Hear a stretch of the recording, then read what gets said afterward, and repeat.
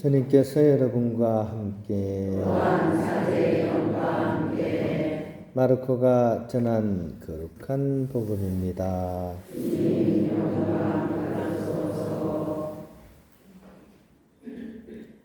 그때 율법학자 한 사람이 예수님께 다가와 모든 계명 가운데에서 첫째가는 계명은 무엇입니까? 하고 물었다.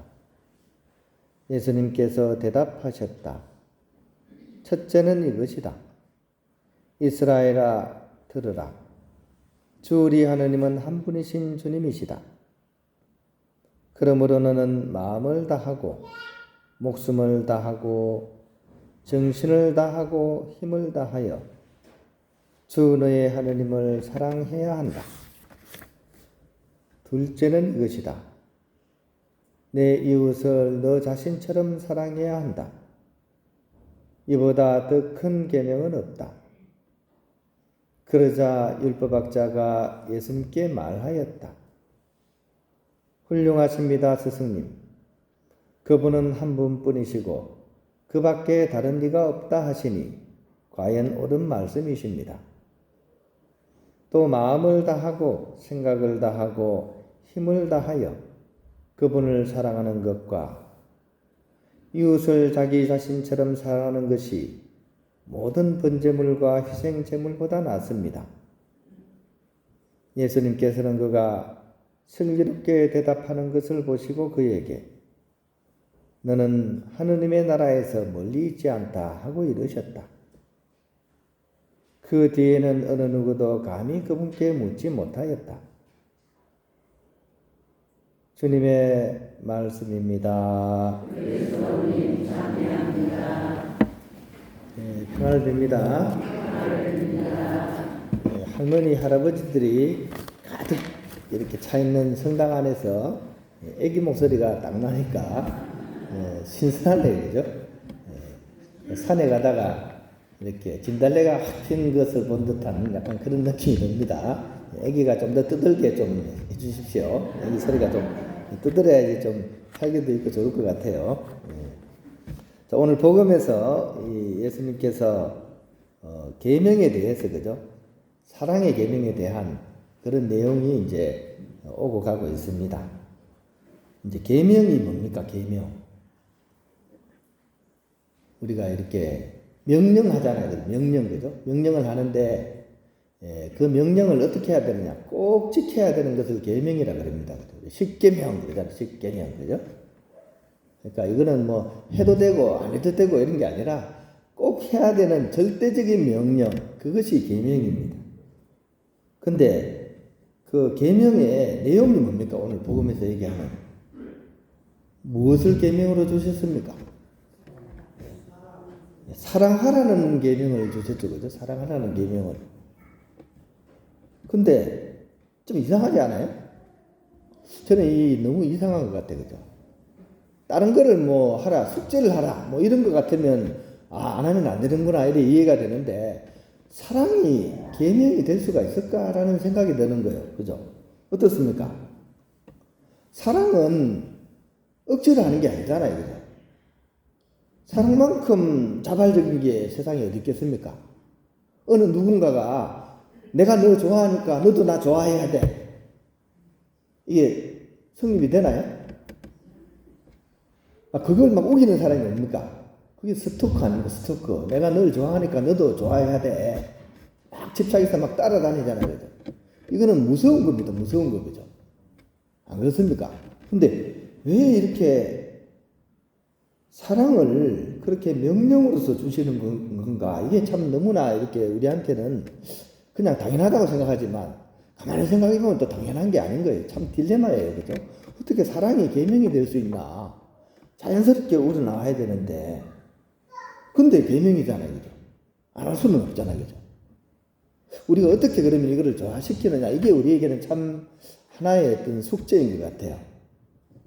어떻게 하면 가장 자발적으로 해야 되는 이 사랑이 하지 않으면 안 되는 계명으로서 이렇게 조화를 이룰 수 있을까? 이거 우리가 참 한번 생각해 볼 필요가 있습니다. 포인트는 뭘까요? 포인트.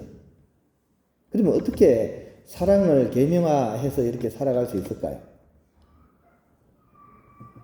우리 애기 목소리가 계속 들리죠, 그죠? 이 목소리 속에 포인트가 있는 것 같아요. 저 목소리 싫은 사람 있어요? 저 목소리가 싫은 사람은 아마 잘 없을 거예요, 그죠? 꽃이 핀 걸 보고 막 보자마자 찌푸리는 사람 잘 없습니다. 좋은 향기가 날 때 그 향기 맡으면서 얼굴 찡그리는 사람 어디 가야 됩니까? 병원 가야 돼요. 병원 가야 돼요.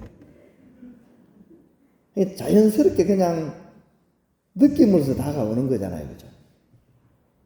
똑같습니다, 그죠? 사랑받고 있음을 느낄 때, 내가 정말 사랑받고 있다는 사실을 느낄 때, 이거는 내가 자연스럽게 그 사랑을 향해서 나아가게 됩니다. 내가 자연스럽게 사랑하게 되는 거죠. 옛날 그 아이들 뭡니까 동화책 보면 키다리 아저씨 있죠. 키다리 아저씨, 그죠?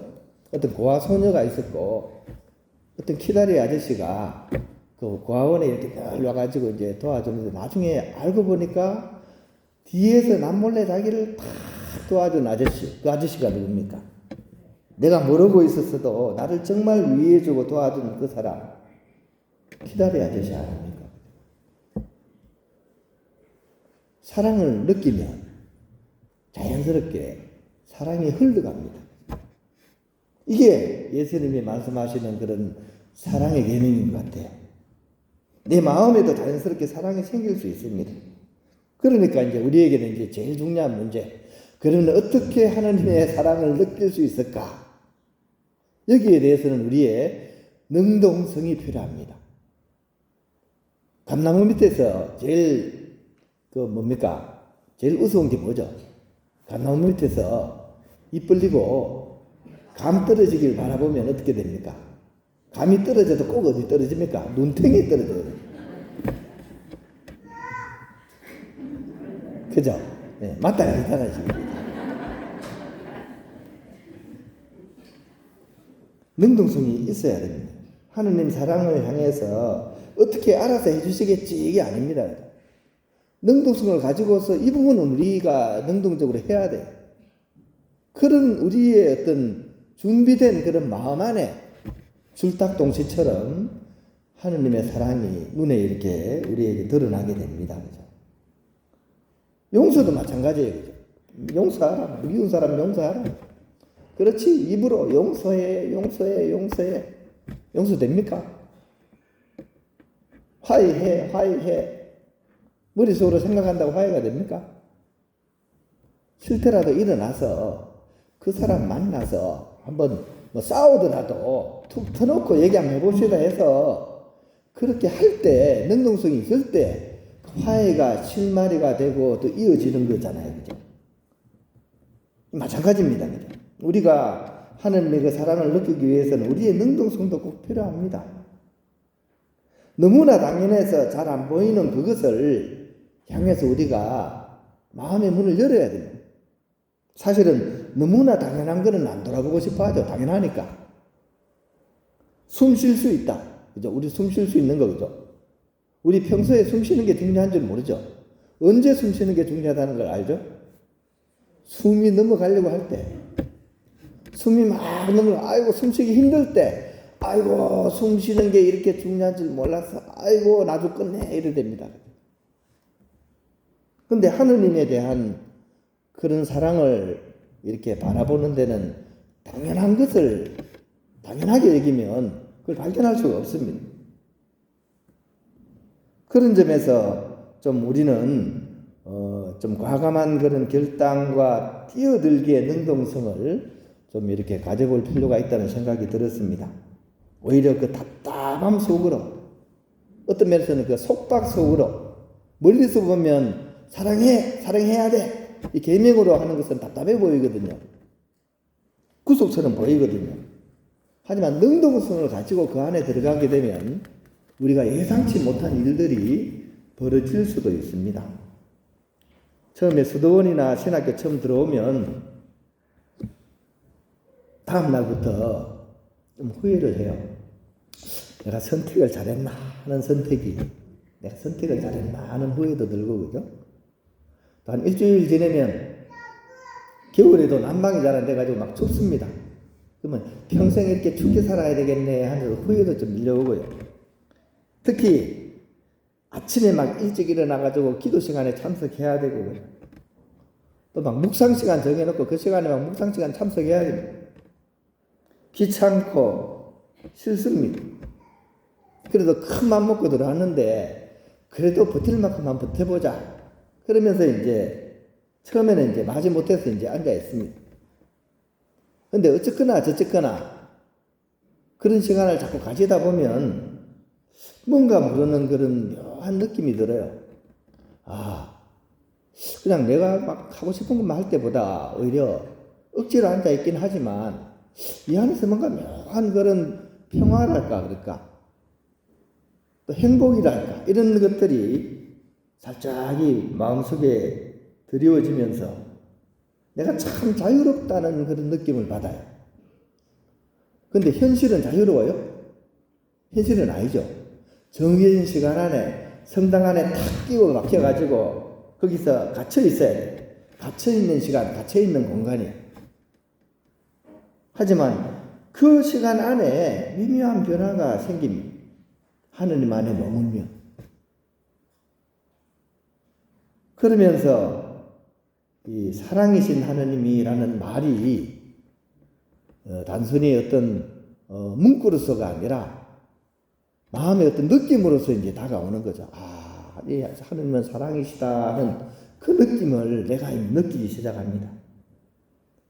이거는 이제 내 그릇이 준비가 되니까 하느님께서 내 이 빈 그릇에 당신을 싹 이렇게 드러내시는 겁니다. 사랑 그 자체이신 하느님의 사랑, 그 사랑을 내가 느낄 수가 있습니다. 이때부터는 이제 의무와 또 반드시 참석해야 되는 숙제 차원의 그 묵상 시간이 나에게는 좀 다른 시간으로 이제 변화되는 것을 느낄 수가 있습니다. 의무나 계명이 아니라 왠지 시간이 나면 좀 더 이런 시간을 가지고 싶다 하는 마음이 생기는 거죠. 이런 과정을 통해서 우리는 더 깊은 하나님의 사랑을 문구 속에서가 아니라 내 마음 안에서 이렇게 느끼고 체험하고 알아갈 수 있게 되는 거죠. 하나님의 사랑을 이제 알게 됩니다. 이런 사랑을 알게 되면 이제 성경에 나오는 십자가 지신 그런 하느님의 사랑에 대해서 우리가 도전해 볼 용기가 생기는 거죠. 나에게 이 조음을 느끼게 하는 하느님께서 나를 위해서 그 인간의 자리로 들어오셨고 심지어 그 고통스러운 십자가를 지고 그 십자가의 길을 오르셨다. 내 삶의 모든 고난과 슬픔과 아픔을 지고서 이렇게 쭉 우리 한 바퀴 돌아보세요. 우리 성당에 한 바퀴 뺑 돌아보세요. 이렇게 하느님께서 이 여정을 걸으셨다는 사실이 나에게는 이제 더 큰 사랑으로서 이제 다가오게 되는 겁니다. 우리는 이런 하느님 사랑에 대한 체험, 이것을 통해서 이웃을 향한 사랑으로 나아갈 수 있는 새로운 길을 이제 발견할 수 있게 됩니다. 이것이 오늘 복음에 나오는 애주애인, 하느님을 사랑하고 이웃을 사랑하는 그런 계명길의 그런 방법이라고 하겠습니다. KTX입니다. KTX이죠. 하느님 사랑에 다가갈 수 있는 계명으로서 주어진 사랑을 우리가 어떻게 하면 삶 속에서 우리가 이뤄갈 수 있는지 그런 내용을 오늘 우리가 복음을 통해서 들었습니다. 이 예수님 말씀을 다시 한번 너무 당연하게 생각하지 말고 조금만 더 이렇게 정성을 다해서 이 말씀의 의미가 뭔지를 우리가 알 수 있도록 내 마음의 문을 열고 너무나 당연하게 느끼는 그런 하느님의 사랑에 대해서 우리가 조금이라도 이렇게 알아갈 수 있는 그런 하루가 되었으면 좋겠습니다. 내 현실에 불평불만에 빠져들기보다 오늘 이 순간을 통해서 당신을 보여주시는 하느님 그 사랑의 길에 동참하는 그런 우리가 될 수 있도록 우리 마음의 문을 여는 하루가 되었으면 좋겠습니다.